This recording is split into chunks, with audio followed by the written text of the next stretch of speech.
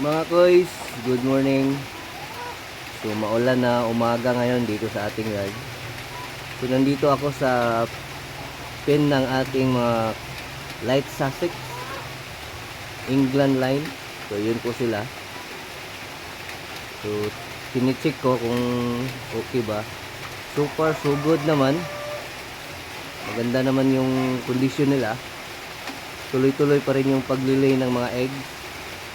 So meron na pala tayo ditong pasisiw. Meron na tayong mga 2 months old, 1 month old.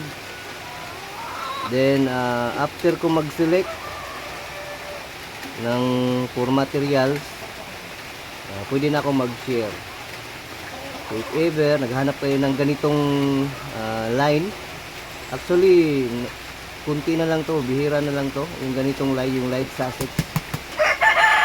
Parang nawala to siya sa market, kaya pinanap ko talaga to nung nagpunta ako ng Luzon. Nakita ko doon kaya kinuha ko na. So ito kasi yung gusto kong alagaan noon pa, light Sussex. Bihira na lang to dito sa Mindanao. Meron tayo dito. If ever gusto niyo mag-alaga ng mga light Sussex, maganda kasi to, matibay. Napaka durable ng manok na to. Good din sila sa laying, sa egg laying. Dual purpose, meat and egg type. So yan po yung ating mga light Sussex na England line. Ayan mga boys.